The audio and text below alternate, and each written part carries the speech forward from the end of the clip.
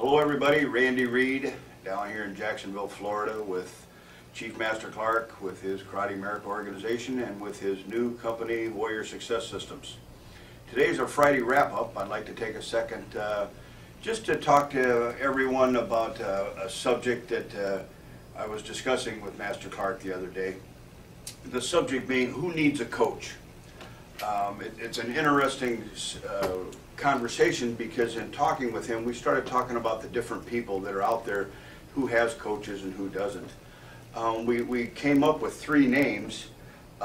Tiger Woods, we wrote him down. We wrote down Muhammad Ali, and of course, me being from Wisconsin, a Packer fan, we had to write down Brett Favre.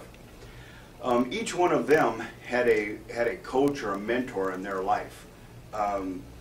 Tiger Woods had Butch Harmon, Muhammad Ali had Angelo Dundee, and Brett Favre really came to prominence under the football coach Mike Holmgren, who we all now don't like anymore since he went out to Seattle and was playing for the other guys.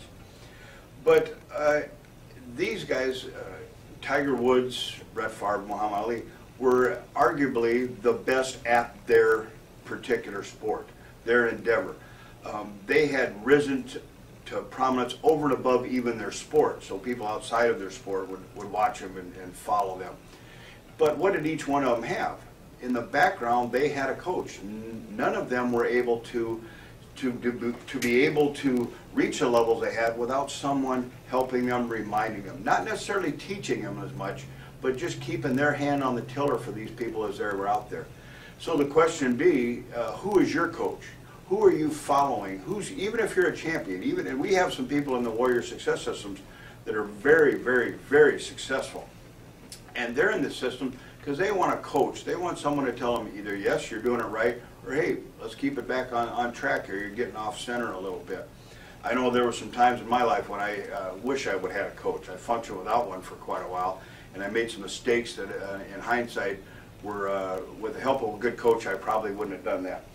So once we have a coach, once we picked a coach, how do we find a good coach, and what happens if we have the wrong coach? As great a trainer as Angelo Dundee was as a boxing coach, I don't think he'd have done Brett Favre very much good out there. And I don't think Mike Holmgren would have been able to help Ali in the Thrilla in Manila. So when you've decided you want a coach in your life and guiding your business organization and other things you may do, make sure you take a good hard look at who you're following, what they're doing, and make sure that's the path you want to follow, and make sure that's the people that you agree with their philosophies and that you can follow them with passion and hard work so that you're going to be able to reach the kind of goals they've accomplished. So just some quick thoughts that I had with Master Clark, something for you to think about over the weekend. Once again, a good friend of mine and an extremely successful martial artist, Steve LaValle, once said, champions don't need to be taught, but they need to be reminded. And I think those are great words, and I've tried to remember those as often as I can and share them with as many people as I can. Once again, we're going to have our super seminar September 12th and 13th here in Jacksonville. Master Clark is lining up some incredible stuff. It's going to be one of the best he's ever done. Make sure you get that on your calendar.